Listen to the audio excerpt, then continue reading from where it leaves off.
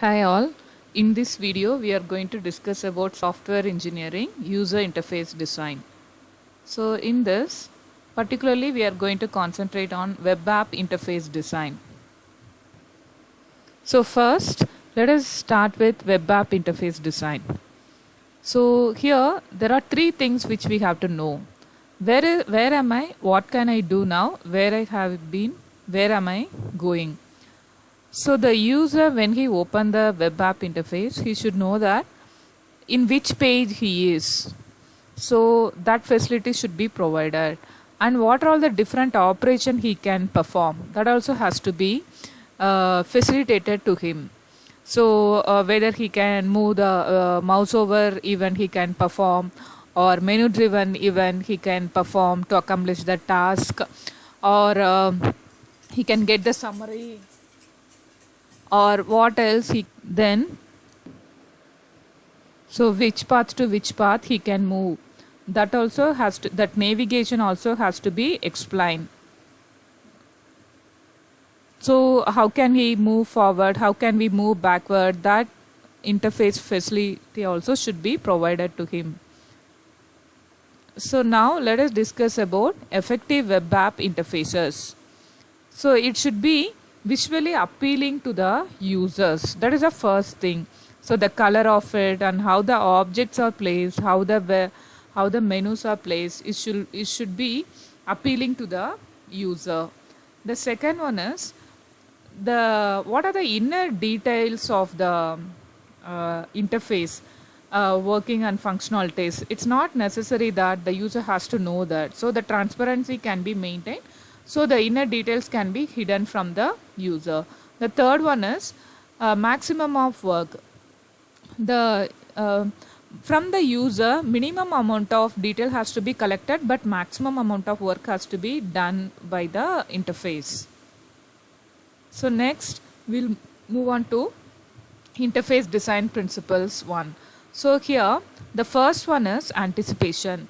So before the user performs some certain operation, so the software has to anticipate he can move to what are all the different operations he can perform. So that has to be anticipated. The second one is communication. So when the user is performing operation, the status of the system has to be what is the present status after performing certain operation, that has to be communicated. The next one is consistency.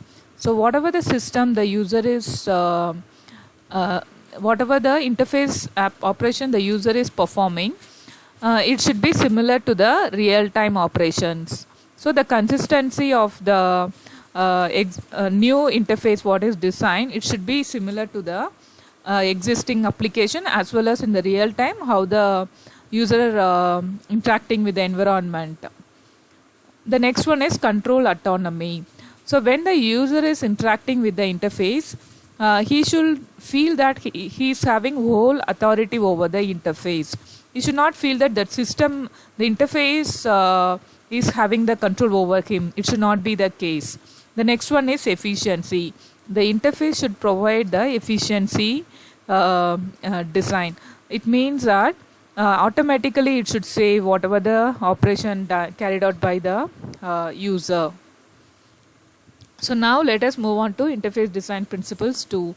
So the interface should focus on the design. So whatever the task the user wants to perform, on that the focus should be there. The second one is Fitts law. So Fitts law says that if you want to reach a particular target, what is the distance of the target from the user and what is the size of the target. So to reach the target, we can write the function in terms of the distance of the target and using the size of the target. That's what the Fitts law says. Then the next one is human interface objects. So whenever the interface designer is designing the interface, he can make use of the predefined libraries, or he can create the library and he can use the functions from that. So it will be easy to create the human interface objects. Instead of creating the um, interface from the scratch, from the library the functions can be used. The next one is latency reduction. The user should not feel that so much delay is there in making the interface and getting the response. So whenever once some particular operation is happening, so after performing that he can switch over to other operation and perform. So that's what the multitasking facility says. The next one is learnability. So the time taken for learning about the interface and working with the system should be very less. So now let us move on to interface designs principles 3. So the first one is maintain work product. So the user, when he is working with the interface of the product, automatically the save operation should happen. So the burden should not be on the user that every time he has to save it. If you observe in the, for example, if you observe in the Google Documents and all, automatically it will save our work. So such kind of provision should be enforced in the interface. The next one is readability. So whenever the user of any age, if they read the interface, it should be easy for them to understand. The next one is tracking the state. So for example, if the user is performing some particular operation in the interface, then if he has taken a break and going and performing some operation, and if he come back and continue the work, the system interface should provide it. So tracking the state of the user operation should happen. The next one is visible navigation. So when the user is working from a single place, he should feel that he is working all the possible operation which he can perform over the software through the interface. So the interface should be designed in such a manner. The next one is interface design workflow.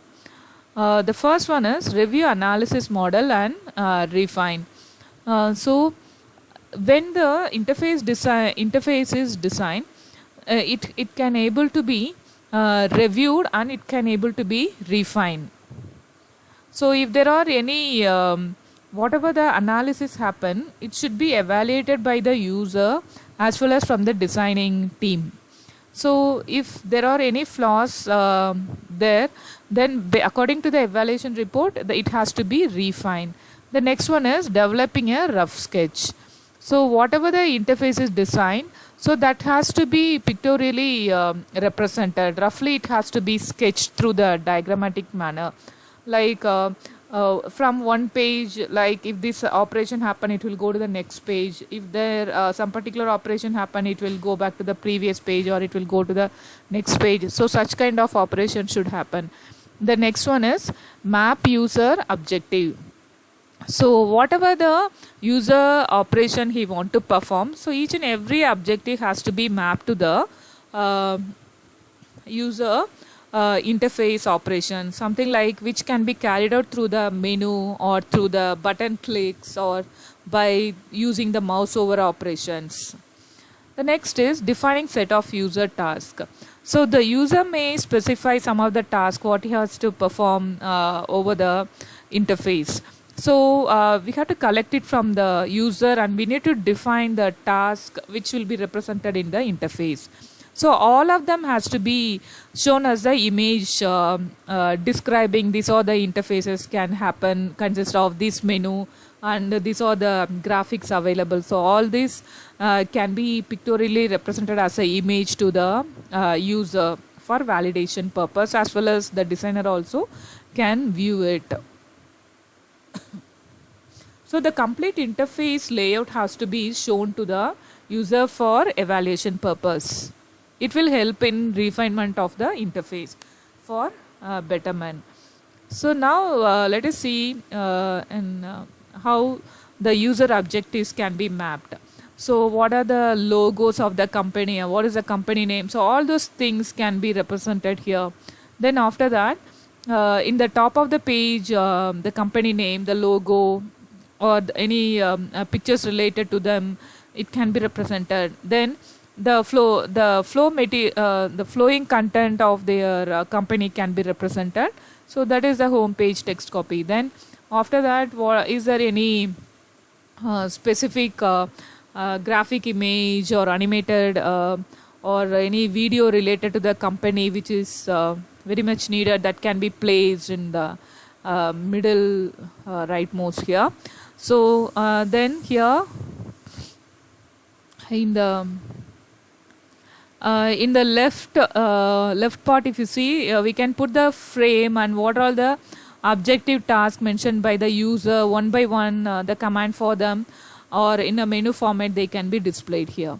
So the user can interface with this, and by clicking on that he can perform the particular operation. So now let us move on to interface design workflow 2. The first one is identify user interface objects. So which interface object the user prefer? For example, menu objects can be mentioned, or button click or button operation can be mentioned. So like that, according to the environment for which the interface is designed, the interface objects can be identified.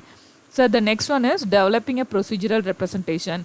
So after identifying the interface objects, what are the tasks the user wants to do? So for each and every step, the accomplishing the functionality or the task what the user wants to do, the procedure has to be developed.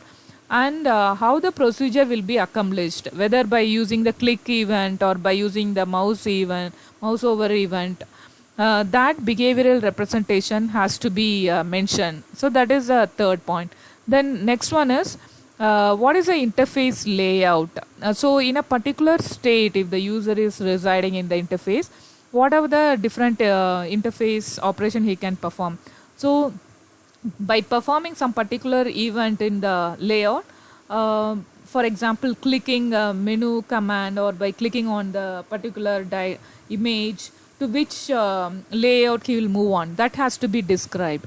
Then this has to be validated and evaluated by the user and the other designer team, and it has to be reviewed and refined. So next we are going to discuss about aesthetic design. So for better readability, the white spaces can be allowed in the design of the layout. And what are the major content needed? They have to be emphasized. The third one is the layout elements like a menu or any video or animation, they have to be kept in the layout and organized properly. And the fourth one is if there are any navigation from one page to another page, or redoing it or undoing it, going back to the previous page or going forward, so all those things has to be geographically, they have to be located and placed properly in the screen. The next one is we should not, whatever the major content we want to display on a particular web app, it should not be like the user has to use a scroll bar to view the major important content. So that's the next point. Don't extend with the scrolling bar. The final one is we have to maintain the resolution of the screen, so it will be like very appealing to the users. Then whatever the window size we give, that also should be very feasible and consistent to the user. So next we are going to discuss about the evaluation cycle. So here the preliminary interface design will be created. So for that, the prototype model will be generated. It will be shown to the user. The user will evaluate the interface design and he will make a report and comment for that. And what are the changes needed, that suggestion also he will give. So now the designer will read the evaluation report created by the user. If the user give the evaluation report that everything is proper, then interface design is complete.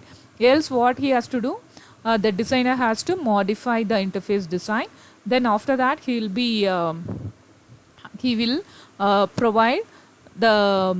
change the design, and he will again rebuild the prototype with the changes, and he will send it for the user evaluation. So once again user will evaluate it and send the report to the designer. So once if the interface design is proper, then it will be completing the process. So that's all regarding the web app design in this video we have seen. Thank you.